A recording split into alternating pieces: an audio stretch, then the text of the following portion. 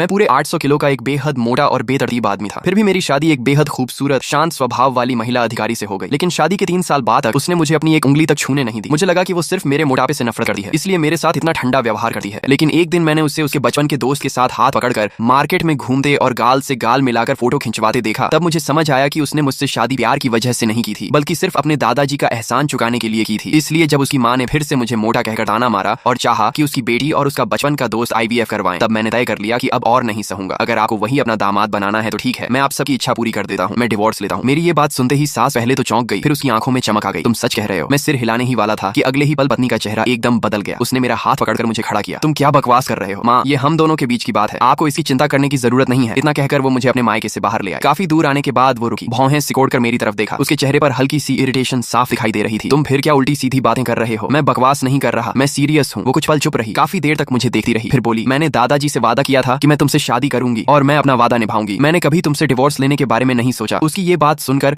मैं कड़वी हंसी हंस पड़ा। कभी डिवोर्स नहीं सोचा? वो सच में कुछ भी कह सकती है। मुझे अच्छी तरह याद है कि पिछले जन्म में उसी ने मुझसे डिवोर्स मांगा था। बिना किसी वार्निंग के उसने नोटिफिकेशन की तरह डिवोर्स पेपर मेरे सामने रख दिया था। मैंने तुम्हें बहुत सह लिया, तुम्हारे दादाजी का एहसान भी काफी चुका दिया, अब हमारे बीच सब खत्म। पिछले जन्म में मरते दम तक मुझे समझ नहीं आया कि उसने अचानक डिवोर्स क्यों मांगा था, लेकिन इस जन्म में मैं वजह जानना भी नहीं चाहता था। मैंने उससे ज्यादा बहस नहीं की क्योंकि मैंने तारीख गिन ली थी। पिछले जन्म में जिस दिन उसने डिवोर्स मांगा था वो दिन अब ज्यादा दूर नहीं था। इस बार मैं खुशी खुशी उस डिवोर्स पेपर पर साइन कर दूंगा। उसके बाद मैं वेट लॉस करने और रेस्टोरेंट चलाकर पैसे कमाने में लग गया। 600 युएन ये वो कुल खर्च था जो इन सालों में उसने मुझ पर किया था। इसे मैं उसका एहसान मानता था। रेस्टोरेंट अच्छे से चलने लगे और जैसे ही मैं ये 600 युएन कमा लूंगा उसे वापस कर दूंगा, फिर हमारा हिसाब हमेशा के लिए बराबर हो जाएगा। मैं हर दिन इतना बिजी रहता कि पैरों को आराम तक नहीं मिलता। सुबह अंधेरा रहते ही दौड़ लगाता, फिर सीधे सब्जी मार्केट जाकर सामान खरीदा, रेस्टोरेंट लौटे ही सब्जियां धोता और तैयारी करता। ऐसे ही 2 महीने बीत गए और मेरा छोटा रेस्टोरेंट पूरे इलाके में फेमस हो गया। इतनी मेहनत से वेट लॉस भी सिर्फ एक्सरसाइज करने से कहीं ज्यादा तेजी से हुआ। 2 महीने में मेरा पूरे 50 जिन वजन कम हो गया। एक दिन रेस्टोरेंट बंद करके शाम के सूरज के साथ घर लौटा। आज कस्टमर्स बहुत ज्यादा आए थे, सारा सामान जल्दी खत्म हो गया था। मैं पसीने से तर था और पूरा शरीर चिपचिपा हो रहा था। मैं बस जल्दी से नहाना चाहता था, लेकिन जैसे ही मैंने कपड़े उतारे बांस का पर्दा अचानक बाहर से उठ गया। मैं घबरा गया और तुरंत तौलिया लपेट लिया। पीछे मुड़कर देखा तो टाइट ड्रेस पहने पत्नी से मेरी नजरें मिल गईं। मैं इतना घबरा गया कि नजरें हटाना चाहता था, लेकिन मेरी आंखें अपने आप उसी पर टिक गईं। मेरा चेहरा तुरंत गर्म हो गया। उसी समय उसकी आंखें भी फैल गईं और उनमें एक पल के लिए हैरानी और अट्रैक्शन दोनों दिखाई दिए। वो जल्दी से संभली, उसके कान लाल हो गए और वो बाहर चली गई। थोड़ी देर बाद मैं नहाकर बाहर आया, लेकिन बहुत अनकंफर्टेबल महसूस कर रहा था। मैंने आंगन में बैठे उसे देखा। आज इतनी जल्दी कैसे आ गई? ट्रेनिंग जल्दी खत्म हो गई, इतना कहकर वो चुप हो गई और बस मुझे देखती रही। उसकी नजरें बार बार मेरे शरीर पर जा रही थीं। अब मेरे चेहरे की चर्बी काफी कम हो चुकी थी और असली फेशियल फीचर्स साफ दिखाई देने लगे थे। उसने पहली बार महसूस किया कि मैं असल में काफी हैंडसम हूँ। तुम इतने पतले कैसे हो गए? रेस्टोरेंट के काम में इतना बिजी रहा कि पता ही नहीं चला कब वेट कम हो गया। अचानक हम दोनों के बीच अजीब सी खामोशी छा गई। मैंने सिर झुकाकर कहा, मैं नहा चुका हूँ, अब तुम नहा लो। उसके बाथरूम में जाने के बाद मैंने ठंडे पानी से चेहरा धोया ताकि चेहरे की गर्मी कम हो जाए। आज उसने सामान्य से काफी ज्यादा देर तक नहाया। जब तक मैं कमरे में बैठकर रेस्टोरेंट का पूरा हिसाब खत्म कर चुका तब जाकर वो बाहर आए। मैं पैसे गिनने में इतना मग्न था कि मुझे पता ही नहीं चला वो कब मेरे पीछे आकर खड़ी हो गई। तभी मेरे कानों में उसकी हल्की हंसी सुनाई दी। लगता है तुम्हारा रेस्टोरेंट काफी अच्छा चल रहा है। मैं चौंक गया और तुरंत अकाउंट बुक बंद कर दी। हाँ ठीक ठाक है, लेकिन सच तो ये था कि बिजनेस बहुत अच्छा चल रहा था। सिर्फ 2 महीने में कॉस्ट निकालने के बाद और पॉन शॉप से अपना पेंडेंट छुड़ाने के पैसे निकालकर भी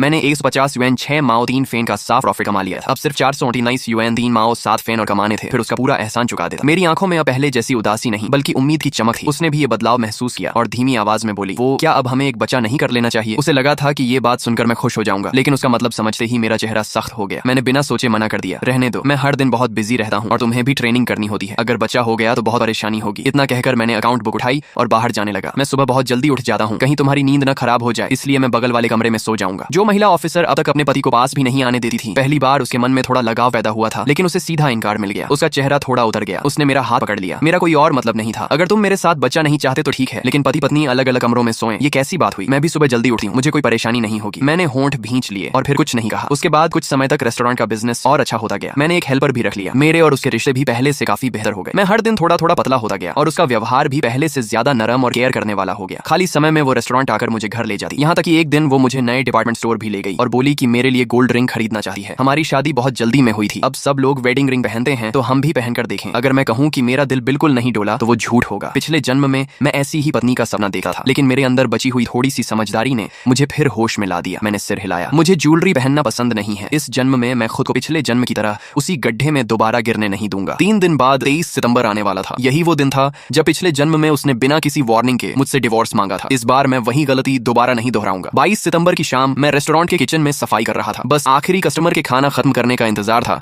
फिर शॉप बंद करने वाला था। तभी वो कस्टमर खाना खाकर उठा, लेकिन 2 कदम चलते ही अचानक बेहोश होकर गिर पड़ा। मैं घबरा गया और तुरंत स्टाफ के साथ मिलकर उसे सबसे नजदीकी हॉस्पिटल पहुंचाया। अच्छी बात यह रही कि कोई बड़ा खतरा नहीं हुआ। जब उसके फैमिली मेंबर्स आ गए और मैंने पूरी बात समझा दी, तब मैं स्टाफ से अलग होकर घर लौटने लगा। लेकिन जैसे ही मुड़ा, वहीं का वहीं रुक गया। मैंने देखा कि मेरी पत्नी का बचपन का दोस्त बिना किसी झिझक के सबके सामने उसे आधा गले लगाए हुए गायनिकोलॉजी डिपार्टमेंट से बाहर निकल रहा था। वो गायनिकोलॉजी डिपार्टमेंट में क्या करने आई थी और उसका बचपन का दोस्त यहाँ क्यों था, पता नहीं क्यों। मैं चुपचाप उनके पीछे चल पड़ा। हॉस्पिटल से बाहर तक उनका पीछा करता रहा। तभी हवा के साथ उस आदमी की आवाज मेरे कानों तक पहुंची, तुम चिंता मत करो, ये बच्चा पैदा होने के बाद उसकी जिम्मेदारी मैं उठाऊंगा। ये सुनते ही मेरा दिमाग पूरी तरह सुन्न हो गया, कानों में सिर्फ भनभनाहट रह गई। अचानक सारी बातें आपस में जुड़ गईं। तभी मुझे एहसास हुआ कि पिछले जन्म में भी लगभग इसी समय उसने मुझसे डिवोर्स मांगा था। जो बात अब समझ नहीं आई थी, आज सब साफ हो गया। पिछले जन्म में उसने डिवोर्स इसलिए मांगा था क्योंकि वो किसी दूसरे आदमी के बच्चे की मां बनने वाली थी और जल्दी से उससे शादी करना चाहती थी। मेरे सीने में दबा हुआ दर्द अचानक फूट पड़ा। मुझे लगा था कि मैंने खुद को इस दिन के लिए तैयार कर लिया है, लेकिन सच सामने आते ही ऐसा लगा जैसे मेरे ऊपर बिजली गिर गई हो। पूरे शरीर का खून जैसे जम गया। मैंने कभी नहीं सोचा था कि उसके जैसे कैरेक्टर वाली इंसान शादी के रहते ऐसा काम कर सकती है। ऐसा लगा जैसे किसी ने मेरे सीने पर जोर से हथौड़ा मार दिया हो। मैं सीधा उनके सामने गया और ठंडे चेहरे से पूछा, तुम्हारी बात का क्या मतलब है? दोनों एकदम चौंक गए। वो आदमी तुरंत उसके सामने आकर खड़ा हो गया और सख्त आवाज में बोला, जो कहना है मुझसे कहो। पत्नी ने भौहें सिकोड़ ली, तुरंत उसका हाथ पकड़ लिया और मुझे देखकर सावधानी से बोली, पहले शांत हो जाओ। उसका सिर्फ इतना सा एक्शन मेरे दिल में सुई की तरह चुभ गया। सचमुच पिछले कुछ समय से जो उसका प्यार और केयर मुझे मिल रहा था, वो सब सिर्फ दिखावा था। जब असली वक्त आया, उसके दिल में हमेशा किसी और की जगह थी। मैंने अभी कुछ किया भी नहीं था और वो पहले से ही मुझसे बचाव करने लगी थी। मैं कुछ कह पाता उससे पहले पीछे से नर्स दौड़ती हुई आई और बोली, पेशेंट के फैमिली मेंबर कौन है? आपकी रिपोर्ट यहीं छूट गई है। उसने मेरी तरफ गहरी नजर से देखा और बोली, मैं थोड़ी देर में लौटकर तुम्हें सब समझाऊंगी। इतना कहकर वो वापस अंदर चली गई। तभी वो आदमी मेरे सामने आया और हल्की मुस्कान के साथ बोला, जीजा जी सॉरी। मैं भौहें सिकोड़कर उसकी बात समझ ही रहा था कि वो अचानक एक कदम पीछे हटा और जोर से चिल्लाया, जीजा जी आपने मुझे क्यों धक्का दिया? अगले ही पल वो सीधा सीढ़ियों से नीचे लुढ़क गया। उसके सिर से बहुत सारा खून बहने लगा। मेरी सांस जैसे रुक गई। तभी अगले ही पल पत्नी की गुस्से से भरी आवाज मेरे कानों में गूंज उठी। वो दौड़कर खून में पड़े गू शुहेंग को उठाने लगी और उसे लेकर हॉस्पिटल के अंदर भाग गई। 2 घंटे बाद इमरजेंसी रूम का दरवाजा खुला। व्हाइट कोट पहने डॉक्टर बाहर आया और लंबी सांस लेकर बोला, जान को कोई खतरा नहीं है, लेकिन दिमाग में ब्लड क्लॉट है, आगे ध्यान से ऑब्जर्वेशन करना होगा। उसी समय अंदर से गू शुहेंग की आवाज भी सुनाई दी। मैं कॉरिडोर में खड़ा था। मेरा चेहरा पूरी तरह सफेद पड़ चुका था। मेरा गला भर आया था। मेरे मन में सिर्फ एक ही बात घूम रही थी, मैंने उसे धक्का नहीं दिया। लेकिन सू मेंग्याओ मेरी एक बात भी सुनने को तैयार नहीं थी। उसकी आंखें बर्फ जैसी ठंडी थी। वो मुझे घूरते हुए बोली, शेन यीफेंग, मुझे लगा था तुम बदल गए हो, लेकिन तुम आज भी वैसे ही हो। अभी शुहेंग जिस इंसान की जिम्मेदारी लेने की बात कर रहा था, वो मैं नहीं थी। उसका काफी समय पहले एक्सीडेंट की वजह से किसी और से बचा हो गया था और आगे उस बच्चे को हम दोनों मिलकर पालने वाले थे। लेकिन तुम्हारा दिल इतना निर्दयी कैसे हो सकता है कि तुमने उसे सीधे सीढ़ियों से धक्का दे दिया? उसके सिर्फ 3 वाक्य मेरे दिल पर हथौड़े की तरह गिरते रहे। मैंने मुठियां कस ली और दांत भींचकर फिर कहा, मैंने कहा ना, मैंने उसे धक्का नहीं दिया। लेकिन चाहे मैं ये बात कितनी भी बार कहता, सू मेंग्याओ की आंखों में सिर्फ ठंडापन और अविश्वास था। तभी नर्स गू शुहेंग को वार्ड से बाहर लेकर आई। सू मेंग्याओ तुरंत उसके पीछे चल दी और उसने मुझे एक नजर तक देखना जरूरी नहीं समझा। उसकी आंखों में जो ठंडापन और फैसला था, वैसा मैंने पहले कभी नहीं देखा था। मैं वहीं जड़ होकर खड़ा रह गया। मेरे दिमाग में बस यही सवाल घूमता रहा कि आखिर मैंने उससे प्यार ही क्यों किया था। घर लौटकर मैं पूरी रात ड्राइंग रूम में चुपचाप बैठा रहा। मेरी आंखों में बिल्कुल नींद नहीं आई। उस दौर में कहीं भी सीसीटीवी नहीं था, इसलिए कोई भी मेरी बेगुनाही साबित नहीं कर सकता था। बाहर पूरी तरह सुबह होने के बाद ही मैं उठा, मुंह धोया और जल्दी जल्दी रेस्टोरेंट के लिए निकल गया। चाहे कुछ भी हो, रेस्टोरेंट तो खोलना ही था। लेकिन मैंने कभी नहीं सोचा था कि उसी दिन गू शुहेंग की मां लोगों को लेकर सीधे मेरे रेस्टोरेंट पर आ धमकेगी और सब कुछ तोड़ फोड़ देगी। वो जमीन पर बैठ गई और जोर जोर से चिल्लाने लगी, ये मोटा आदमी एक मर्डरर है, इसने मेरे बेटे को लगभग मार ही डाला था। ऐसे आदमी के रेस्टोरेंट का खाना खाने की हिम्मत तुम लोगों में कैसे है? अगर इसका मूड खराब हो गया तो पता नहीं कब चाकू उठाकर किसी को मार डाले। उसकी बात सुनते ही सारे कस्टमर्स डर कर भाग गए। उसके बाद कोई भी मेरे रेस्टोरेंट में खाना खाने नहीं आया। जिस रेस्टोरेंट को मैंने दिन रात मेहनत करके खड़ा किया था,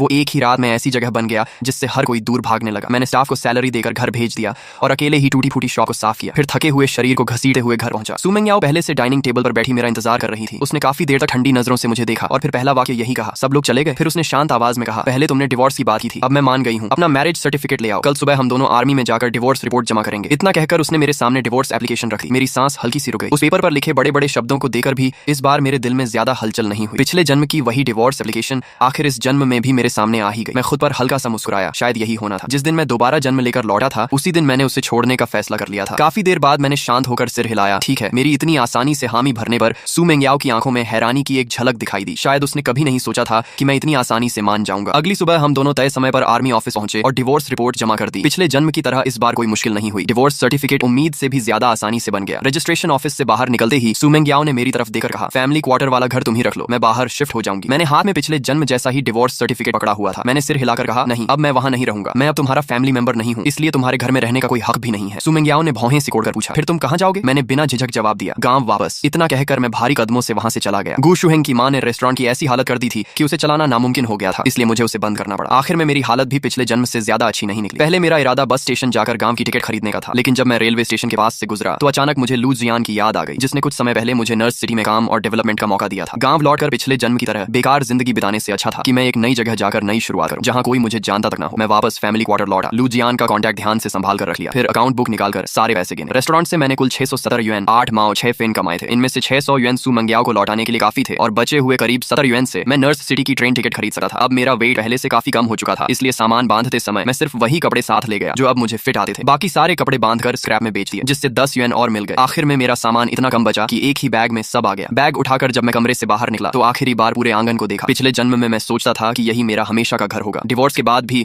मैं वहां से जाना नहीं चाहता था और आखिर में सू मेंग्याओ ने मुझे और मेरे सामान को बाहर निकलवा दिया था। लेकिन इस जन्म में उसने खुद घर मुझे देने की बात कही। फिर भी अब मुझे वहां किसी चीज से कोई लगाव नहीं था। मैंने फैमिली क्वार्टर की चाबी, 3 साल की शादी के दौरान हुए खर्च का अकाउंट बुक और कपड़े में लपेटे हुए पूरे 600 युएन डाइनिंग टेबल पर रख दिए। फिर अपना बैग उठाया और बिना पीछे देखे नर्स सिटी जाने वाली ट्रेन में बैठ गया। पिछले जन्म और इस जन्म दोनों का हर रिश्ता और हर हिसाब आज से हमेशा के लिए खत्म हो गया। अब हमारी कभी मुलाकात नहीं होगी। उसी समय हॉस्पिटल के वार्ड में सू मेंग्याओ गंभीर चेहरे के साथ फल लेकर गू शुहेंग के कमरे की तरफ जा रही थी। जैसे ही वो दरवाजे तक पहुंची, आधा खुले दरवाजे के अंदर से गू शुहेंग और उसकी माँ की बातचीत सुनाई दी। उसकी माँ हंसते हुए बोली, इस बार मेंग्याओ का उस मोटे आदमी से डिवोर्स तो पक्का हो गया होगा ना? गू शुहेंग भी मुस्कुराते हुए बोला, बिल्कुल। आखिर मैंने बेकार थोड़ी ही शराब पीकर किसी दूसरी औरत के साथ सोने और बचा होने वाली कहानी बनाई थी। फिर उसे बहाना बनाकर चेकअप रिपोर्ट लेने बुलाया और उस मोटे आदमी पर मुझे सीढ़ियों से धक्का देने का झूठा इल्जाम लगा दिया। मेंग्याओ खुद कह चुकी है कि डिवोर्स के बाद वो मुझसे शादी करेगी। इसे वो मेरे लिए कॉम्पेंसेशन मानेगी। उनकी हर बात सू मेंग्याओ के कानों में साफ साफ पड़ रही थी। उसने कभी सपने में भी नहीं सोचा था कि झूठ बोलने वाला इंसान वही होगा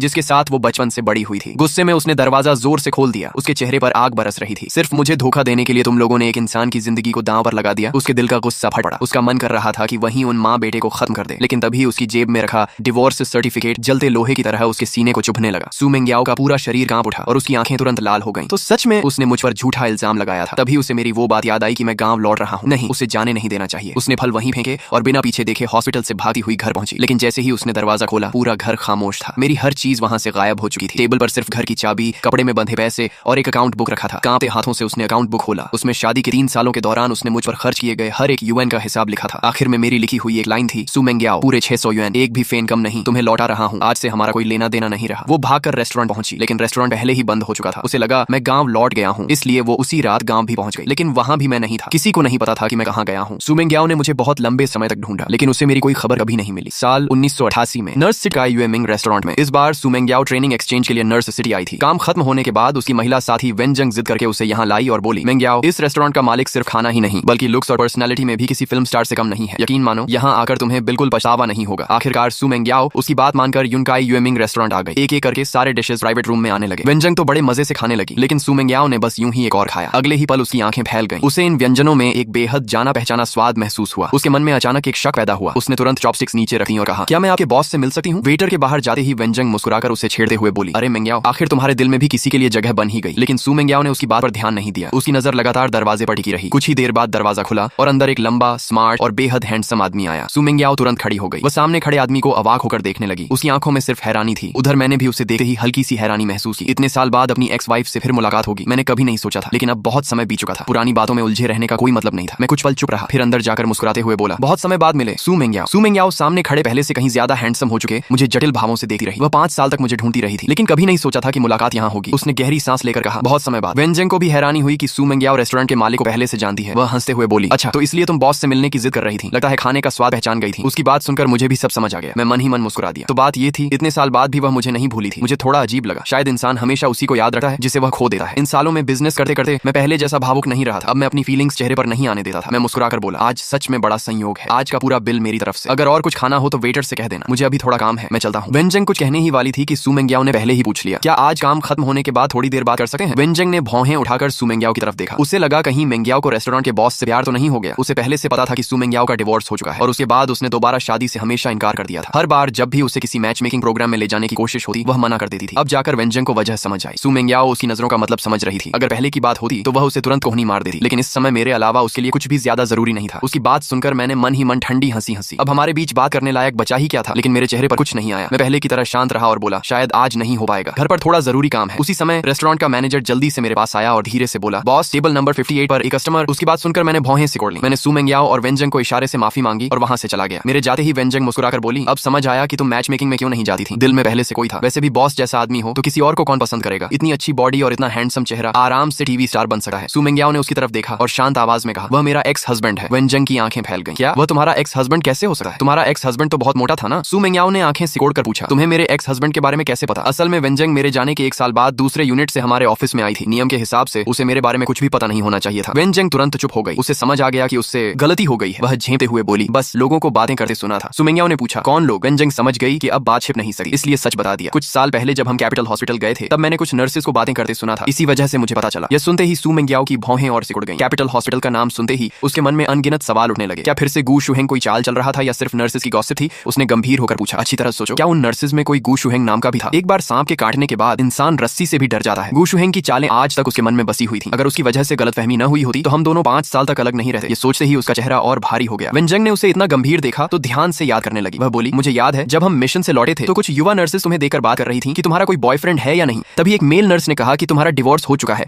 उसने यह भी कहा कि तुम्हारा पहला पति बहुत आलसी था, सिर्फ खाने का शौकीन था, बहुत मोटा था, उसका स्वभाव भी खराब था, उसने जबरदस्ती तुमसे शादी की थी और उसका कैरेक्टर भी खराब था। आगे की बात कहते कहते वेनजंग ने देखा कि सू मेंग्याओ का चेहरा गुस्से से काला पड़ चुका है, इसलिए वह चुप हो गई। सू मेंग्याओ इन झूठी बातों से बेहद गुस्से में आ गई। उसने कुछ देर गहरी सांस ली, फिर सख्त आवाज में बोली, यह सब सरासर झूठ है। वह बिल्कुल ऐसा इंसान नहीं था। शादी मैंने अपनी मर्जी से की थी। हाँ, उस समय वह थोड़ा जल्दबाज था, लेकिन वह कभी भी वैसा इंसान नहीं था जैसा लोग बताते हैं। वेनजंग ने भी सिर हिलाया। उसे भी लगा कि वह मेल नर्स पूरी तरह झूठ फैला रहा था। अभी जिस रेस्टोरेंट के मालिक को उन्होंने देखा था उसका उन नर्सेस की बातों में बताए गए मेंग्याओ के एक्स हस्बैंड से कोई मेल ही नहीं था। वेनजंग के मन में ऐसा लगा जैसे किसी ने उसे धोखा दिया हो और वह गुस्से से भर उठी। वह बोली, वह मेल नर्स सच में बहुत घटिया इंसान है। उसने जानबूझकर तुम्हारे एक्स हस्बैंड की इमेज खराब की थी। सू मेंग्याओ ने उसकी तरफ तिरछी नजर से देखा और बोली, अगली बार जब कैपिटल हॉस्पिटल जाओ तो मुझे उसे पहचान कर जरूर दिखाना। मैं भी देखना चाहती हूँ कि कहीं फिर से गू शुहेंग ही कोई चाल तो नहीं चल रहा। वेनजंग ने तुरंत कहा, मेरी मेमोरी बहुत अच्छी है, मैं उसे जरूर पहचान लूंगी। सू मेंग्याओ सामने रखे पूरे खाने को देखती रही। उसका बिल्कुल भी खाने का मन नहीं था, लेकिन क्योंकि यह खाना मेरे हाथों का बना हुआ था उसने फिर से बोल उठाया और खाना शुरू कर दिया। खाना खाते खाते उसने वेटर को बुलाकर मेरे पिछले कुछ सालों की बातें भी पूछी। खाना खत्म होने के बाद उसने वेनजंग से पहले वापस जाने को कहा। वेनजंग ने मुस्कुराकर उसे ऐसा लुक दिया जैसे सब समझ गई हो, फिर रेस्टोरेंट से चली गई। उधर सू मेंग्याओ रेस्टोरेंट के बाहर ही खड़ी होकर मेरा इंतजार करने लगी। मैंने टेबल नंबर 58 वाले कस्टमर का मामला निपटाया, फिर रेस्टोरेंट मैनेजर को ऑफिस में बुलाकर कुछ जरूरी बातें समझाई। मैनेजर के बाहर जाने के बाद कैशियर ने दरवाजा खटखटाकर कहा, बॉस, बाहर एक महिला अधिकारी काफी देर से खड़ी है, उनकी वजह से कस्टमर्स अंदर आने में हिचक रहे हैं, क्या उन्हें वहां से जाने के लिए कह दूं? मैंने हल्का सा सिर पकड़ लिया। मुझे पहले से पता था कि वह कौन है। मैंने हाथ हिलाकर कहा, रहने दो। कैशियर के जाने के बाद पूरे ऑफिस में सिर्फ मैं अकेला रह गया। मैं कुर्सी पर पीछे टिक गया और उंगलियों से आर्मरेस्ट पर हल्के हल्के टैप करने लगा। मैं खुद भी समझ नहीं पा रहा था कि सू मेंग्याओ के लिए मेरे मन में आखिर क्या बचा है। हमारे डिवोर्स को इतने साल हो चुके थे, लेकिन उसके अचानक सामने आ जाने से मेरा शांत मन फिर से बेचैन हो गया था। जैसे ही पुरानी बातें याद आती मेरा सिर दर्द करने लगा। लेकिन एक बात आई थी, मैं अपनी आज की शांत जिंदगी दोबारा बर्बाद नहीं होने देना चाहता था। लेकिन अगर वह यूं ही बाहर खड़ी रही तो भी बात नहीं बनेगी। मैं उसे अच्छी तरह जानता था। जिस बात का वह फैसला कर लेती उसे पूरा करके ही मानती थी। अगर आज नहीं मिली तो कल फिर आ जाएगी। आखिर उसे हमेशा के लिए कैसे दूर भेजूं? मैंने माथे पर हाथ रखा और परेशान होकर सोचने लगा। तभी मेरी नजर टेबल पर रखे मोटोरोला फोन पर पड़ी और अचानक मेरे दिमाग में एक आइडिया आया। उधर सू मेंग्याओ काफी देर तक रेस्टोरेंट के बाहर मेरा इंतजार करती रही। जब उसने मुझे बाहर आते देखा तो वह सीधी होकर मेरी तरफ बढ़ी, लेकिन अगले ही पल उसके कदम रुक गए। उसकी आंखें सामने ही जम गईं और उसकी मुट्ठियां कस गईं। उसने देखा कि मैं मुस्कुराते हुए एक बेहद खूबसूरत और शांत स्वभाव वाली युवा लड़की की तरफ बढ़ा। मैंने हंसते हुए उसका हाथ पकड़ लिया और प्यार से कहा, टैंग टैंग, तुम बिल्कुल टाइम पर आई हो, बताओ आज कहाँ घूमने चलें? वह लड़की भी मुस्कुराकर मेरे हाथ से बैग लेते हुए बोली, चलो मैं तुम्हें नर्स सिटी के नए मॉल में घुमाती हूँ। सू मेंग्याओ वहीं खड़ी हमें हंसते बात करते दूर जाते हुए देखती रह गई। उसके मुंह में कड़वाहट भर गई। उसने मन ही मन सोचा तो अब उसकी जिंदगी में कोई और आ चुकी है। उसकी आंखों की चमक बुझ गई और वह उदास होकर वहां से चली गई। लेकिन उसे क्या पता था कि उसके जाते ही रेस्टोरेंट के कैशियर ने तुरंत काउंटर पर रखे लैंडलाइन से मुझे फोन किया और बोला, बॉस वह चली गई। ये सुनते ही मैंने राहत की सांस ली और तुरंत उस लड़की का हाथ छोड़ दिया। मैंने कहा, ठीक है समझ गया, तुम अपना काम करो। फोन रखते ही लड़की ने नाराज होकर मेरी तरफ देखा और बोली, पता है तुम्हारी इस हरकत को क्या कहते हैं? काम निकलते ही पहचानना बंद कर देना। मैंने उसकी तरफ देखा, मोटोरोला पॉकेट में रखा और मुस्कुरा कर कहा, कैसी बातें कर रही हो? मैंने तो तुम्हें शुरू से ही एक ड्रामा करने के लिए बुलाया था। वह लड़की लू जीवन की भतीजी लू टंगटांग थी। कुछ समय पहले ही वह विदेश से वापस आई थी। लू जीवन ने मुझसे कहा था कि कुछ दिनों तक उसका ख्याल रखूं। लू टंगटांग ने मुस्कुराना बंद किया, भौहें उठाई और बोली, तो वह औरत तुम्हारी एक्स वाइफ थी? मुझे तो वह कुछ खास नहीं लगी। मैंने मुस्कुराकर कहा, ठीक है, आज मेरी हेल्प करने के लिए थैंक्स। अगली बार मैं तुम्हें खाना खिलाऊंगा। अब मुझे थोड़ा काम है, मैं चलता हूँ। इतना कहकर मैं मुड़ने लगा, लेकिन लू टंगटांग मुस्कुराते हुए फिर मेरे पास आ गई और उम्मीद भरी नजरों से बोली, तो क्या मैं कभी तुम्हारे हाथ का बनाया खाना खा सकती हूँ? मैंने बिना सोचे कहा, बिल्कुल। वह तुरंत खुश होकर बोली, तो अभी? मैं एक पल के लिए रुक गया और बेबस होकर उसकी तरफ देखने लगा। मेरा चेहरा देखकर वह जल्दी से बोली, ठीक है, तो कल मैं बिल्कुल फ्री हूँ। मैंने सिर हिलाया, ठीक है, कल यूनकाई यूएमिंग रेस्टोरेंट में मिलते हैं। लू टंगटांग की आंखों में हल्की सी निराशा झलक गई। उसे लगा था कि मैं उसे अपने घर बुलाऊंगा, लेकिन उसने ज्यादा जिद नहीं की। उसे डर था कि कहीं मैं मना न कर दूं, इसलिए उसने मुस्कुराकर हाथ हिलाया और बोली, ठीक है, कल मिलते हैं, बाय। उससे विदा लेकर मैं नर्स सिटी वाले अपने घर लौट आया। इन सालों में मैंने नर्स सिटी में 10 से ज्यादा ब्रांचेस खोल ली थी। बेशक इसमें लू जीवान ने मेरी काफी मदद की थी। अब मैंने अच्छी खासी प्रॉपर्टी बना ली थी और यहाँ एक घर खरीदना मेरे लिए कोई मुश्किल बात नहीं थी। नहाकर मैं सोफा पर बैठ गया और फोन खोलकर वर्क मैसेजेस देखने लगा। तभी मेरी नजर एक नए मैसेज पर पड़ी और मेरी भौहें सिकुड़ गईं। मैसेज में लिखा था, बॉस शेन, क्या कल शाम आप ग्वांगयू बिल्डिंग की टॉप फ्लोर पर बने रिवॉल्विंग रेस्टोरेंट में मेरे साथ डिनर करने का सम्मान देंगे? आपकी महिला बिजनेस पार्टनर जंग लाओ।